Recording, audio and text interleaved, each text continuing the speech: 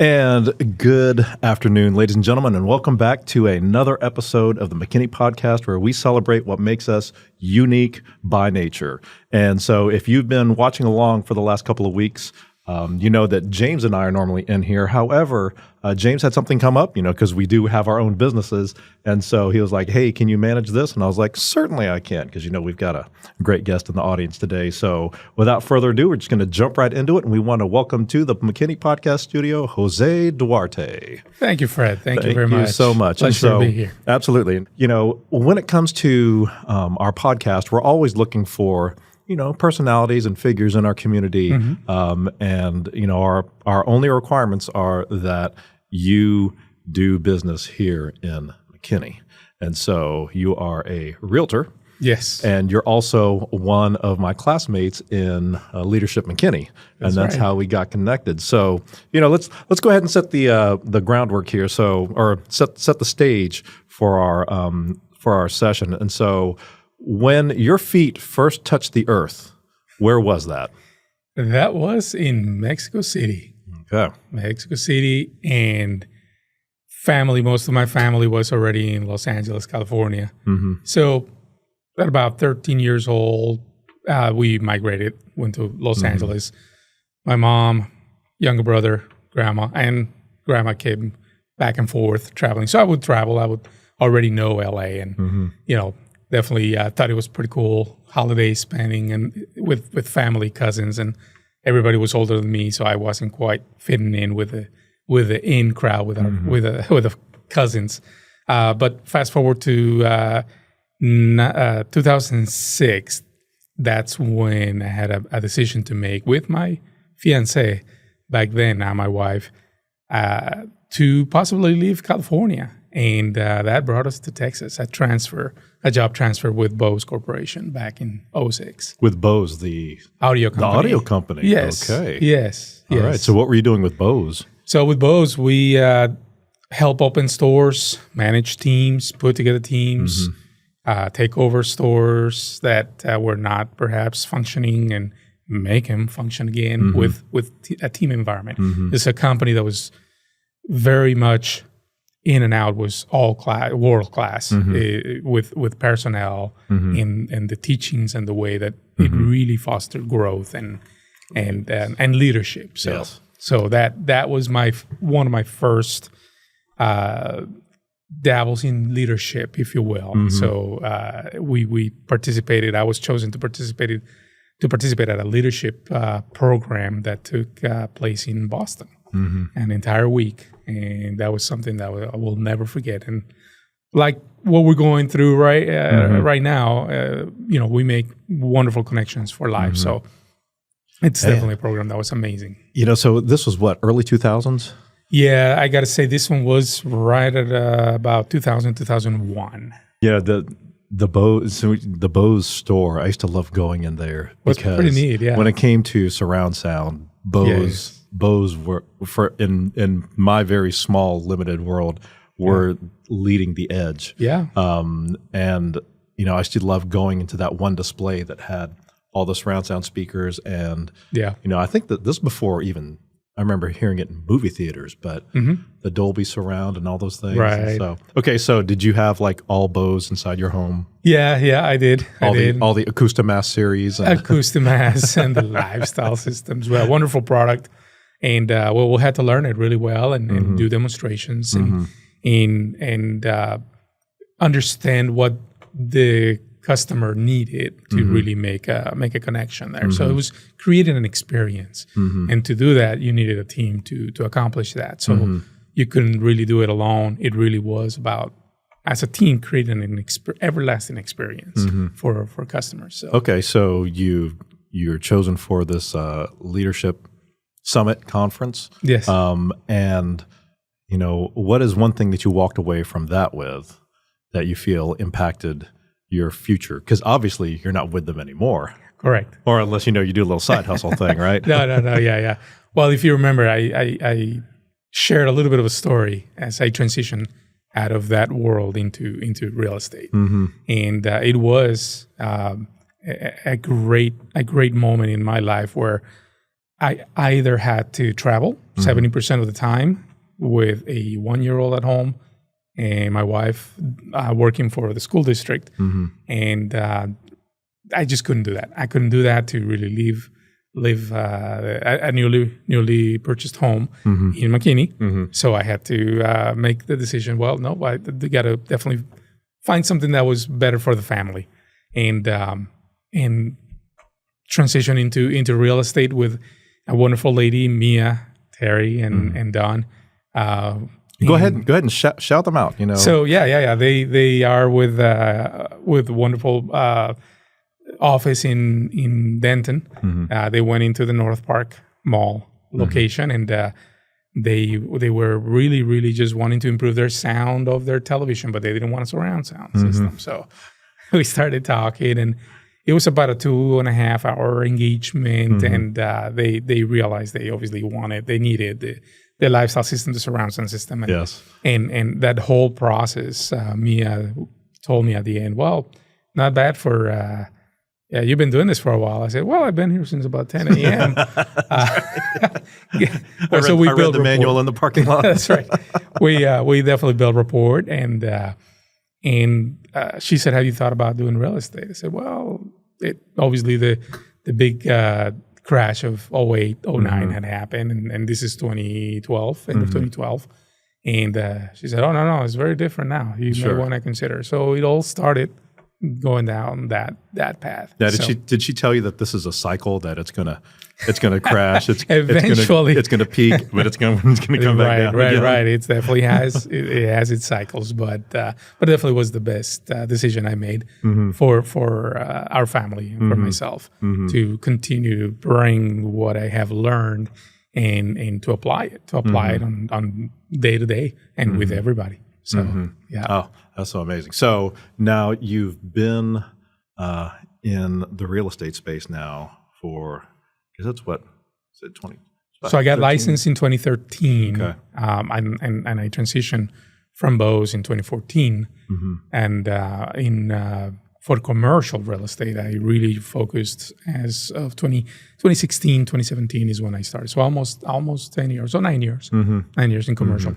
Doing commercial real estate. Yeah, just commercial, or Correct. Do you no residential? No residential, right. Residential. It's been a while. I have some great clients from early on, and who I still keep in touch. But I'm really focusing on commercial. I've been focusing on commercial. So since you've now been around the area, specifically looking at real estate and properties, do you have a favorite spot in McKinney? Ooh, that's a good question. Favorite spot, I think it will depend on for what purpose. So if we're talking about for commercial, I mean, you can't deny what's going on along 380. All of what, when I got here, 06. Yes. It was so dark. We used to be able to drive 380 like nothing, right? Yes. In fact, when I used to manage a location in Frisco, I would take tollway all the way up to 380 and just come, and that was fastest. Yes. Believe it or not. Yes. Not so much anymore. No. I had a client over that way, and even in the last 2 years, how much has grown up between Prosper, which in and of itself has realized a great explosion right there at Loveland and all that. So getting back to the original question, so let's make it more specific. Within McKinney itself, not commercial, but for families, what would you say is a must visit? Or must see, or must experience? Definitely the downtown area and the area surrounding downtown. It's got it's magic. It's definitely magical. I remember doing a 5K a few years back, Melon Dash, I think it was called, and we ran it through downtown McKinney. And to this day, I cannot find where those streets are because I was focused on the run, but. Sure. But it was wonderful. It was wonderful. In fact, I helped back then a colleague when I was doing some residential do an open house in downtown McKinney and realized that some of those homes were ordered on the Sears Yes. Out of the catalog. Yes. And the owners had copies of that catalog, and wow. I talk about finding some history, some pretty amazing stuff. So I guess that's what, nowadays Amazon is, right? That's what Sears was. You could buy anything in the Sears catalog. So it really, I really enjoy that, just seeing that you could find those homes, Sears homes, some people call them, in downtown McKinney, but they have so much history. My wife said, hey, maybe we should look into downtown McKinney. Yeah. Well, we will. Obviously, time goes on, we've got to focus on so many things. So we just decided to be, and we are, since we moved to McKinney in 06, so 07 to be exact. Well, we love McKinney. We found this was definitely the place to grow a family, a business, and beyond. So we feel it's an epicenter to what's going on in North Texas. But yeah, so downtown McKinney is definitely wonderful. Back then, I remember when my 17-year-old was born, you need to get out of the house a little bit. And my brother was here, younger brother, and we went to see some parade of homes in Tucker Hill. So Tucker Hill was brand new. Sure. Some beautiful layouts, beautiful architectural details, and we enjoyed that a lot. So Tucker Hill has got it's also its own magic, I would say, its own flavor. So I would definitely encourage someone to consider Tucker Hill for their potential residents. But McKinney's got so many throughout. I mean, that there's a lot of hidden gems, I would call, where if it serves the purpose of what you and your family are looking for, there's more than a handful places throughout McKinney where you can really, really find a beautiful home and create or have the community already and just create your own home, your own story. Yes, no, definitely. Yeah. So now, was it hard, the move from California to Texas? Thank you. That's a good question. It wasn't as hard as I thought it was going to be. The first thing I had to deal with is my point of reference. Mountains, no scenery, if you will. Wait a minute, you mentioned Tucker Hill. When you're on 380, right. You kind of look. You do. Down you do have some nice view, right? But that took me a little bit. Didn't take that long, but it took me a little bit to just really understand where I was, where I was going. If I didn't know where back then, no real GPS to have, that's or right. You had smartphones. You had really maps that you had to fold. Yep, Legacy's long, Coit is long. So because we first moved into an apartment in Plano off of Legacy and Preston, so getting anywhere, it was through either Legacy or Preston. That was the point of reference for me. But so that took a minute. Back then, it was also maybe the vegetables, veggies, and fruit, the freshness. I really, really missed that from California. It's just that the freshness of all of that produce. But nowadays, I mean, we have a lot more quality produce, if you will. Yes. And definitely a lot more varieties of restaurants and eateries, and so it has grown wonderfully in that regard. So so to me personally and my wife, that was a little tough. Just kind of making the transition, but I gotta say it was a beautiful surprise to see how much more welcome I would find ourselves feeling. We have one special anecdote. We were house hunting. We were in Allen, and it was like pretty much a day like today. It was kind of warm. We had our little 10-pound dog with us, and well, he was thirsty, and we didn't prepare well enough. And this was the first month he was with us, so we were still learning how to be a dog parent. Right. Yes. So we parked at a corner at a little market, not a supermarket by any means, but just a quick strip, if you will. And there comes a gentleman, and I thought, what am I not supposed to park here? What am I doing wrong? What I'm getting kind of defensive, the LA defensive, just like, what am I violating? What am I doing? He's like, no. He's like, hey, how you doing? Here's a little plate that you can use to give water to your dog. Because we were trying to feed him water on the little cap. Yes, we were silly. Oh, and that was wow. That was a big wow. That was a big welcome to Texas moment. But the biggest, another welcome to Texas moment was the big storm that we faced driving from Amarillo to North DFW. Well, that was something. But in the people, that was a very wonderful moment. And when we moved to our home, the neighborhood really was very, very welcome. Hey, whatever you need. Hey, this is who does our yard. This is who, this is where we do our shopping. I mean, it was, it was word of mouth. It was wonderful. We really enjoyed it. And the back then, the entire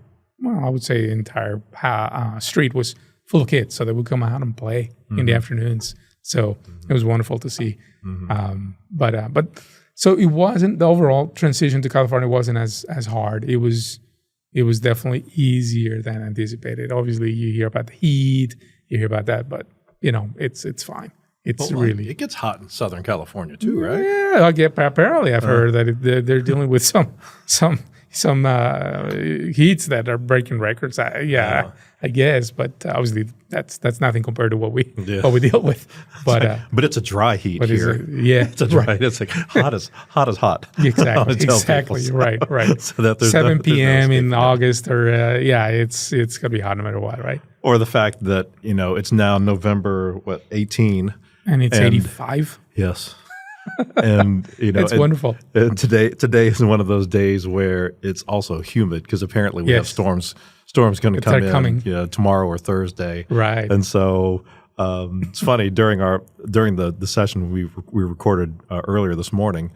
She was also from Orange County. Oh, okay. So it's just that we have a strong California to Texas presence. And that it's I'm always amazed that because as someone who grew up primarily in Florida, we shared a lot of things not really. We shared beach and somewhat, I wouldn't say temperate weather, but when you live there and you're in it all the time, you don't really notice it. Right, you get accustomed to it. You don't really notice it. That's right. But that's probably the one thing that I think about is, man, I miss the beach.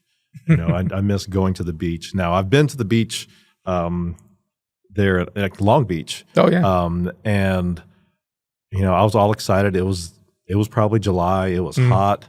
I set my stuff down. Actually, I was there for a business thing, but I had like a free afternoon, so I just put on some shorts and ran down to the beach, and I was all excited. And because the beach was long, I'm running towards the water and I'm looking around, because in Florida the beach is crowded, and the water is crowded. So I was looking for where could I go and just go and splash, but I noticed that there was almost nobody in the water.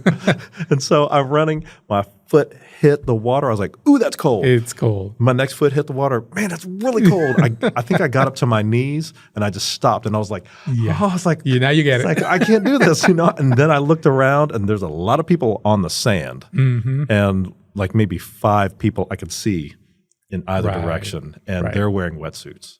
Yeah. And I was like, this, and I went back up to the sand and normally I don't like, when you're wet and the sand gets on you, but I was trying to bury my feet into the sand. You needed I needed some warmth because temperature. Yeah, that's right. I was like, this is not going to work out for me. Right. So that's very common then. Oh yeah.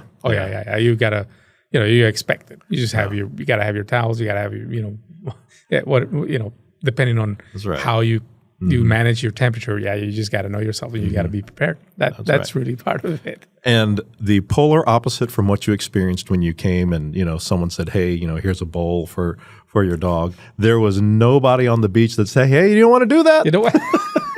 You don't want to do that? Nobody. They probably said that, he's going to know about that in about 3, 2, 1. Right, and I'm sure that there was probably some illicit wagering happening on the side. Says, $10 says he gets all the way up to his waist. And it comes right out. Right. So, I'm sure that there was some bets going on. But yes, I was surprised. How cold that was. So that's why I guess say points for Florida Beach and all sorts of negativity for California Beach. Beach. Yeah, and that was Southern California. I don't even know Northern California. What? Oh, it gets colder. Yeah, it gets colder. I wouldn't even try to do that, because that just seems like just a nightmare. Just a nightmare. Okay, so you move to McKinney, and you see you see that there are kids and everything out and about. So what would you say is your favorite park? I gotta say Bonnie Wank. Bonnie Wank. That's an easy for me because that's where I go running, and that's where we go sometimes walking with the dogs, and it really just gets you away from the hustle. And yes, it really I enjoy seeing it. Right now. It's beautiful running and just see all the leaves fall with the soft wind, and that really is just I enjoy it. That really gets me going, gets me in my mindset. It resets it, and it's fuel for my soul. That's how I see it. And obviously, when it's cooler, you see just a slight layer of fog over the water. Exactly. I enjoy it. So just coming south on Hardy and getting that little trail and just go through Bonnie Wank. And sometimes when I do a little longer of a run, I go down to Town Lake and wrap around and come back. Come back? Sometimes. Sometimes. But sometimes it's really just, get to Hardy and get to the trail and then go to Bonnie Wank and get up by Virginia and then come back up. Yeah. But so I see that. I enjoy it. It's wonderful. And that to this day, it's been a conversation that we've had at home about possibly moving. I mean, we've been in this house for 19 years, 18 years. And it's like, well, where do we go? I mean, and every time it's like, but Bonnie Wank, where am I going to run? It's just, it's part of it, right? So I mean, we have an HOA, but doesn't have like the playground or a pool, and that's fine. We made that decision, and we're okay with that. But having that access to the parks, that's really what's cemented us in our current home and area. We really enjoy that. So, and we have a lot of parks. We do. We have a lot of parks. Yes. So that's great. Okay, so let's turn the corner here because for those of you who are tuning in, we will be interviewing several people from the Leadership McKinney class. And so Jose and I are both in that class right now. And, if you've never heard of Leadership McKinney, then we encourage you to check it out. Because if you think you know how the city operates, if you think you know how decisions are made, if you think you know all these things, even polarizing things like the airport or road repairs, how our local governance works, all of those things, you'll find that out through Leadership McKinney. You'll also find the businesses that have been, that were built here and that are legacies here within our community. And of course, the actual makeup of the class, you have to apply for it. And there's a review committee, and they, the space is very limited, and there are people that will apply and not make it, and they apply again. So it is a commitment that goes for the entire for a year, but it's not like every day. It's once a month, so it's quite manageable. But you do have to put in just a little bit of work and show a little bit of commitment and dedication to the program. But let's go ahead and focus in on that. So, When did you first learn about Leadership McKinney? Oh, I learned about Leadership McKinney probably about 7 years ago. And a colleague from Bose who transitioned out as well, and he started doing his own business. I think it was Welcome Matt. I think it was the name of the franchise. I think it was a franchise, and he got involved with Chamber of Commerce, and he would tell me, we would get together every now and then, and he would tell me about how involved he was, and that's when he mentioned Leadership McKinney, and I was still learning and trying to do real estate, especially since I made the decision to focus on commercial, and I really focus on that. And at the same time, we were really going through a ministry growth with my wife and I, and I'm happy to dive into it a little more afterwards. But that really stayed with me. Oh, Leadership McKinney, okay. So every now and then I would see, something about Leadership McKinney, some banner, some name badge, and I would just associate it with that conversation. And then we would meet again maybe a year after, and he's telling me, well, a little bit of what you mentioned.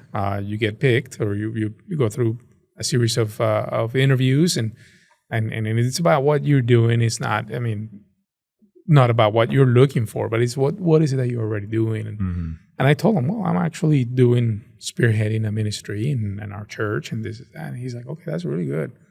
And so I didn't think, okay, well, I'm gonna do leadership, right? But fast forward, I met a couple of other people that were in leadership, and they told me, hey, no, you may want to consider leadership. Oh, okay, I heard about that. It's like, yeah. And then they took the time to tell me a little more about it. I said, okay, that's a second one. And then as I connected with AEYL, and Derek and Sarita Robinson, and the wonderful nonprofit organization they have, I really connected with them and helped, through the years. Actually, it's been about 10 years communicating and collaborating with them.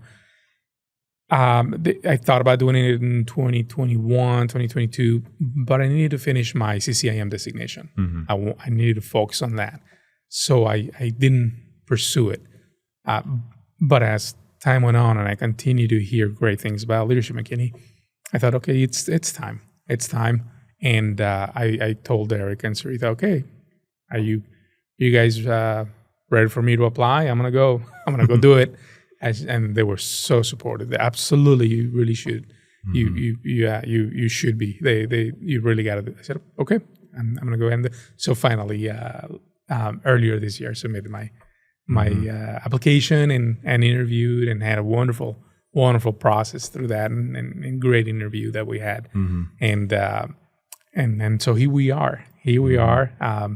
Learning, growing, collaborating with leaders. That's one of the things that I'm enjoying a lot, is seeing how many people care about the community, are willing to give up some time, some of perhaps family time, business time, to give to the community, and we're focused on seeing how we can help. That's people like yourself. It's obviously Sarita and Derek, so. It's wonderful just to see that there's a lot of us who are hoping to do the right thing, or hoping to do what we can to help our city, and that has been very rewarding, very, very, very, very good. Yeah, that's I was thinking about when I asked you the question when you first hear about it, and for me, I want to say it was 2014, 2015, somewhere in there. I'd already been a member. My wife and I, two different businesses, had already been members of the McKinney Chamber and been going to the weekly Links meetings. I think I remember seeing you a while back, where they used to meet at one of the restaurants off of 75. Saltgrass. Yes. Back in the day. So I remember. There we go. And at one point, someone from the Leadership McKinney organization reached out to me and said, hey, our graduation for our next class is coming up. Would you photograph it for us? And I was like, sure. And so, I showed up, and it was at the pantry, which is now, the neighborhood books. Okay. Down on the square. Right. And, I show up, and I have no idea I was like, what is Leadership McKinney? But I'm taking pictures, so I don't have time to ask anyone. Sure. You're focusing on your job. That's right. But I recognize people from the chamber, and I recognize some clients that I'd served. And, they go through the whole graduation thing, and I'm taking individual pictures of everybody. And, the first person that I remember, because he had a unique name, was Harvey Hawaka. Harvey. That's right. The guy that is now, kind of like the guide for our group project. Yes. And I was like, who is this guy? I didn't know who he was. I said, just had a cool name. Yeah. And he just had such a presence about him, one of confidence, but also of humility. Yes. And I was like, I think I like this guy, and so watching him interact with everybody, he's encouraging everyone. And I was like, I still don't know what he does. I think obviously, he is he is someone that I need to know, you know. And of course, over the years, you know, I would be at events and he would be there, and it was always the same exact thing. And so eventually, you know, I got to talk to him, and I was like, man, I see why people like this guy. You know, he's just so nice and so helpful. And he knows things, he knows people, he can make connections. Yeah. And so that's when I was like, man, so, you know, Leadership McKinney, whatever it is, he's an example of who is in the program. Right. And, you know, and then, you know, I had lots of interactions. Of course, you know, every other person that you talk to, you know, McKinney is class of whatever, you know, and they're okay. We just want to say, you know, class of 2026 is the GOAT. That's right. The greatest of all time. You heard it here on the podcast. So for those of you that are screaming, you know, class of whatever, you know, best class ever, doesn't matter. 26, the greatest of all time. We're the GOATs. We're going to go there with that. And so, you know, so now that we've been in it now since what? August, September, October, November, 4 months. 4 months now. Yes. Yeah. What would you say has been let's do two things. What has been your greatest challenge in the program? Very good question as well. I think my biggest challenge is to remove any preconceptions of what to expect, remove some of what I thought it could be or should be or would want it to be, just removing that from the beginning and really give myself to the process to learn, to listen, and to connect to as many of our colleagues in there.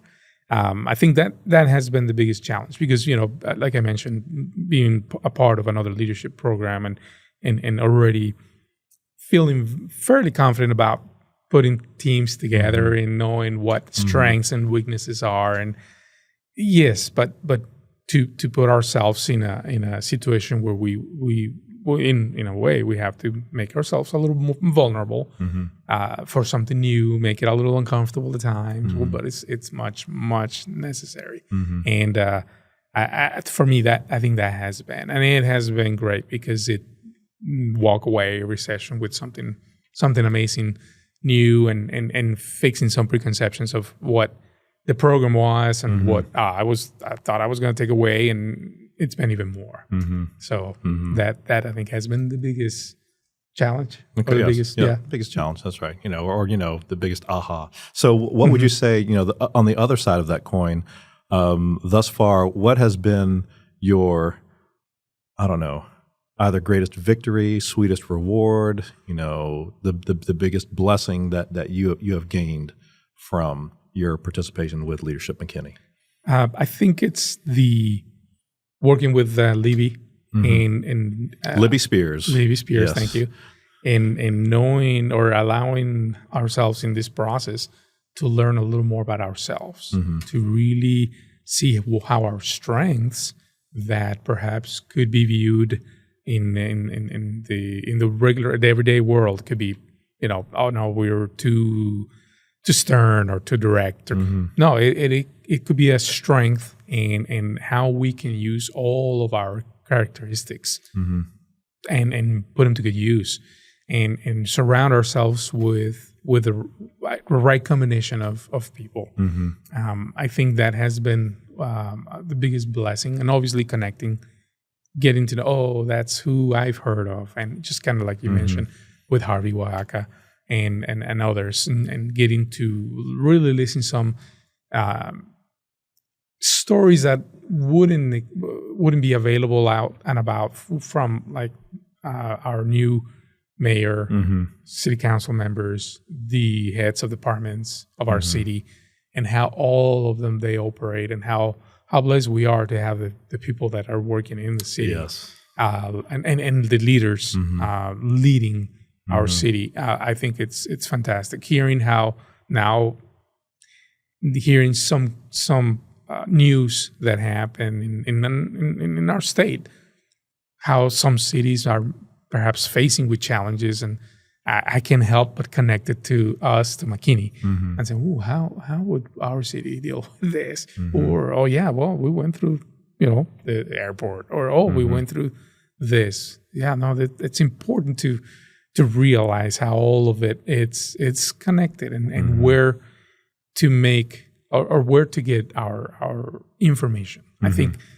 at the one of the other ones through the leadership McKinney program, I had been to a city council meeting. I had been through a board, MISD board meeting in the past, but it has a different flavor now. It definitely has a different taste with, knowing obviously what else goes with decisions that are made. And it's not just a decision from, I'm going to decide what to eat and that's it. We do that. No, it's a decision that is got a lot of layers to it and a lot of people involved. So it's trusting the process, seeing how that happens almost right in front of our eyes. It was wonderful, again, just to see how all of that is connected. And again, going back to the local leadership and how all of that works. I mean, I see it. You mentioned something earlier about the different departments. I mean, we without knowing, call the non-emergency police department or calling public works because we see something out of place, if you will, and just to see the response and how well they work on it. It's great. It's great to see that.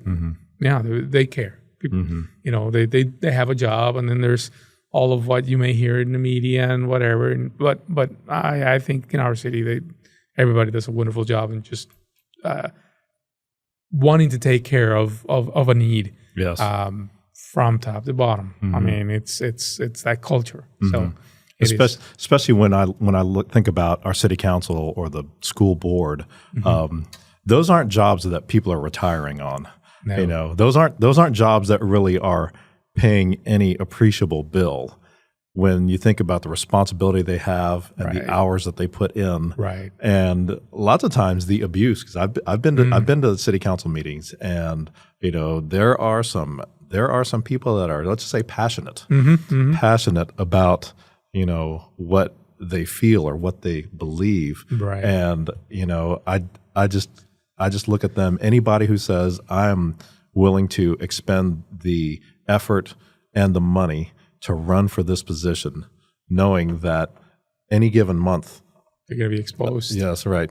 Any given day. Yes. Any given trip to the grocery store, if someone recognizes you, that there's a potential for I just need to run in and grab a gallon of milk. Might turn into an hour-long discussion there in the aisle.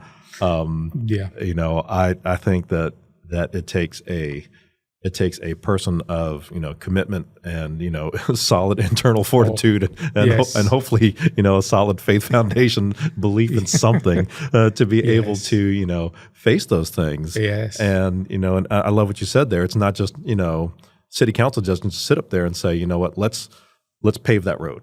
Or let's, cut down these trees, or it's like it doesn't work that way.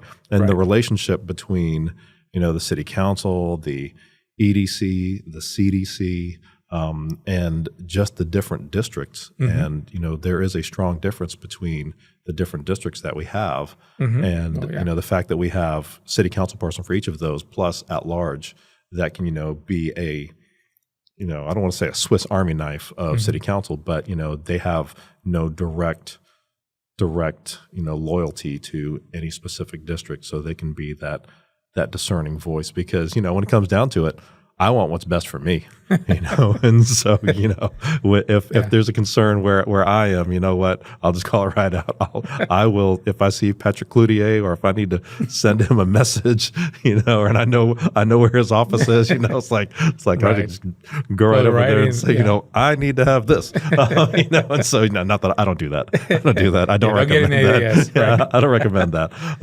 But just the very organization of our city, I think is absolutely top notch. And and as we learned during City Day, they went to the high performing organization, that they don't just meet to review review bills and stuff like that, they actually, as a group, are interested in professional development of the group. Yes. Which, that's nice because that keeps our city leadership from, just becoming, just say, fat and sloppy sitting on the throne. Sure. They're out there rolling up their sleeves, sharpening getting the after tools. it. That's right. Yep. That's right. And getting after it, for the best interest at the legacy level of our city, and I do have to say, big old shout out to our mayor, Bill Cox, that, he is from here and he watched his third generation. That's right. He watched his dad, especially his dad, do all these things for the city. And, we wouldn't have so many of the things that we have in our city now if it weren't for, the legacy that his father, worked towards, and we learn those things in leadership. Exactly. McKinney. So, that's probably one of my favorite things is just getting to see and getting to know all these things. Yeah. And the, you mentioned it earlier also, the square, just the rich historical nature Absolutely. of the square. Yes. And, we moved here in December of 2010, and then the square was happening, but nothing like it is now. No, absolutely nothing like it is now. Right. And it's just amazing to see all the things that have changed, but there is a strong drive to preserve, the look and the vibe and the feel. And so I just want to say, we talked about it during the last episode. It's funny how this comes around again. You talk about, the fresh produce. Go to the farmer's market. Yes. Go to the farmer's market. That's an excellent example. Absolutely. You want to get your fresh produce. You want to, of course, sometimes I'm looking at those fruits and vegetables and I'm thinking, are you near a nuclear factory or are you using irradiated water? Because some of that produce is incredible. Yeah. And, just the color alone is amazing. The flavor is amazing. And I'm like, this was from here. I know it seems incredible, right? But it happens, and just wanted to hone in a little bit on maybe one preconception I had about maybe leadership and how our city works, and it could happen. One of the biggest challenges that I've seen in some teams is that they fall into this groupthink mentality. Yes, and I wanted to see how is it that we would not be doing that. We in McKinney. And it's very, very rewarding to see that it doesn't happen. I haven't seen it. It's not just because one or two people are swaying a vote or a preference. It really, everybody is heard and everybody will present their thoughts and why with concise and objectivity.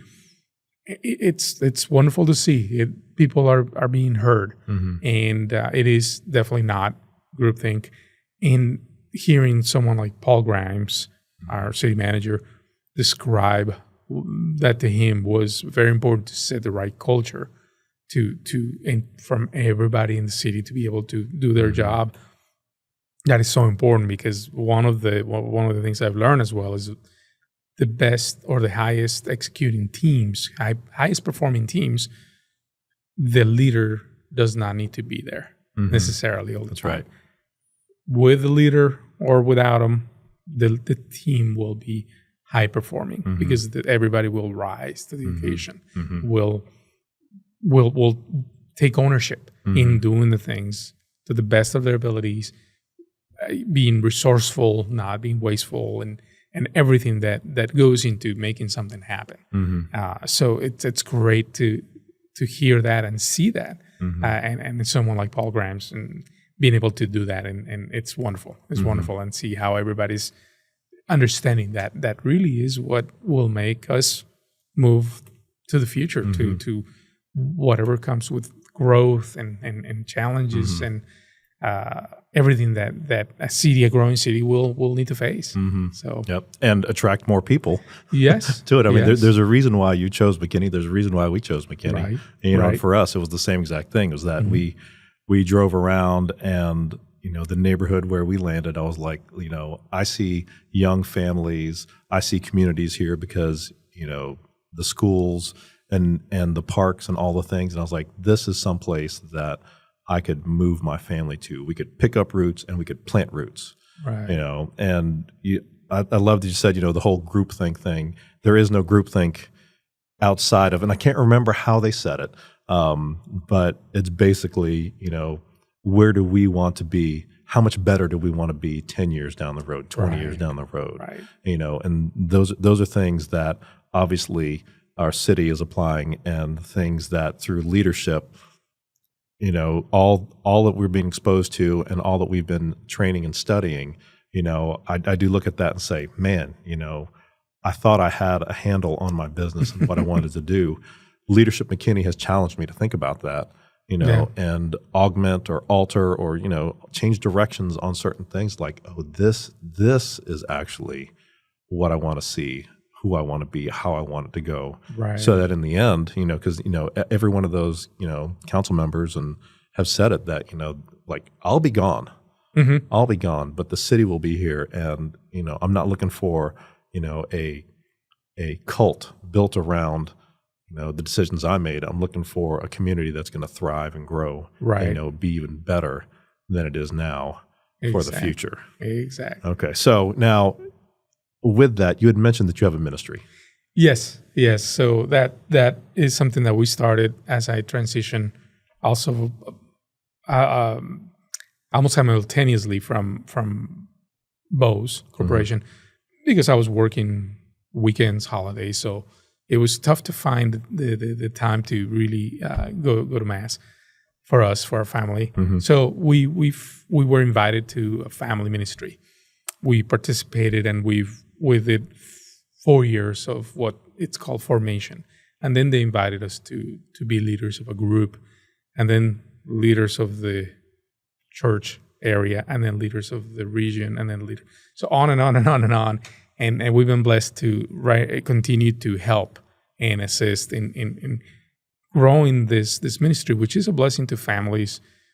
And what I share with my wife, and I say it all the time, it is to create conscious, to be a little more conscious about our decisions. We have a choice on how to behave or what to do, what not to do. It's not necessarily only for going to church which obviously we definitely encourage, right? Especially with our church, but it's about the families to understand that they have an incredible part of our community as a family, as a couple, as parents, as the kids, as the children. We're an important element of our community. Without our families, we wouldn't have the community. We are the pillars of the community, and we have such an important job. So for me, it's been that which have kept me involved. My wife feels the same way. For her, she's a school teacher. She's a dyslexia specialist in McKinney, and has been in McKinney ISD for a number of years, more than I lose count, about 15 years. And for her is the children, is to give the tools to parents to deal with everyday life. Sometimes it's about the job, sometimes it's about the things happen. Well, have the tools to deal with that.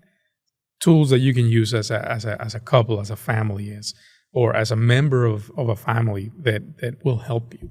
And so we talk about basic things like communication, dialogue, as a knowing your value as a person, and obviously we connected to scripture. So what is God inviting us to do? What is our purpose? Trying to find our purpose. So once and we've been able to work with couples that sometimes they feel just like my wife and I. We felt, hey, everything's good. We don't need a ministry, and we just didn't know what we were missing, right?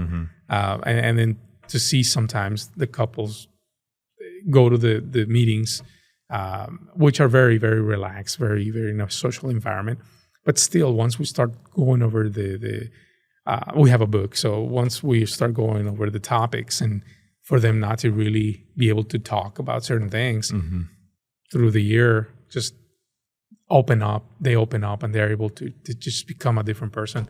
It's wonderful. And then for them to realize, wow, I didn't know how much I needed this. It's wonderful to see. And then for them to then turn into servicing. That's the next thing, that going back to realizing that they're part of a bigger aspect of life. Not obviously important for us to see our values in our families, and then how we are able to provide service to others outside of our home and outside of our community. So it's wonderful to see those couples to really apply themselves and really grow into the community. And so we've been a part of that, and we're relaunching it, and we're in charge of Texas. So sometimes finding the opportunities to travel to Austin or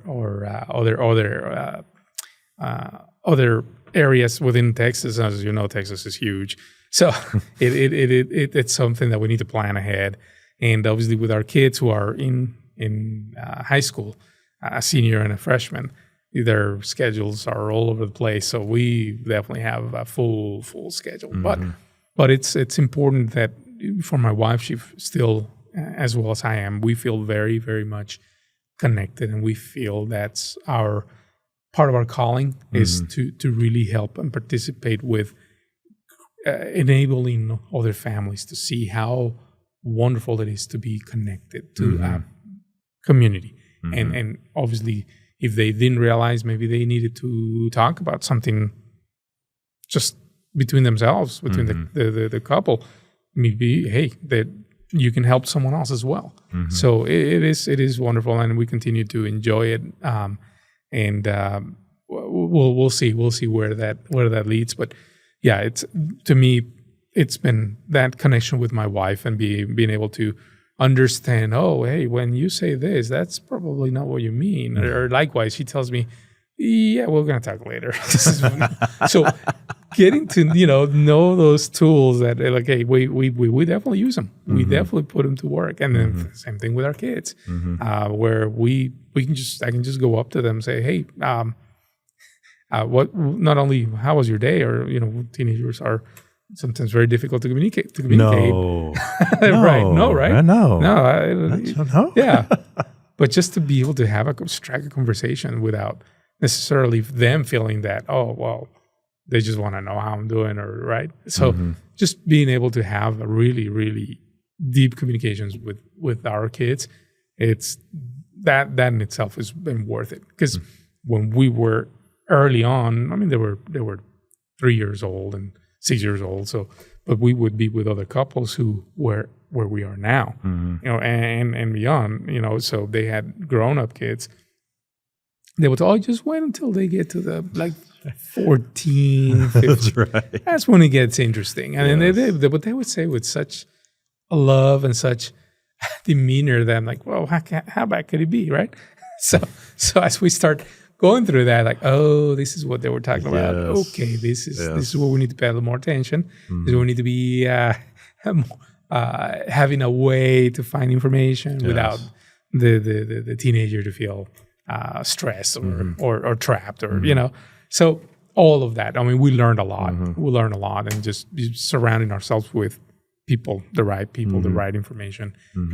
So we see that it has helped us, continues to help us and bless us. So we want to continue to share that. And that's a Spanish, all with materials in Spanish, and the Spanish-speaking community. We feel, we have a connection. So we service that community to the point that sometimes when we present the program to a new parish priest, I give him a priest. They say, "Hey, do you have it in English?" I say, "Yeah, we're going to work on that." So they see the value, they see the need of this ministry. So that's definitely, like yesterday we were in a meeting, just having our the national level, the group that makes some decisions, and so we support with voting and proposing ideas to help, obviously, the new families that may join, and just to have a structure. So we're part of that, but we're also leading a local group. So some families in the area, and we get to learn from them as well. We're not saying that, hey, we know everything. No, we get to learn a lot. So it is wonderful. I mean, we get pretty busy, but we're blessed. I mean, I tell the kids and I tell my wife, we are where we need to be. That's for sure. That's what we haven't moved. We haven't really looked at, hey, maybe, it sometimes nowadays it's very easy to say, oh, well, I'm tired. Let's just move. We need a change of pace. Sure. I mean, we fall into that at times, but we are where we need to be. This is home. So I love it. Okay.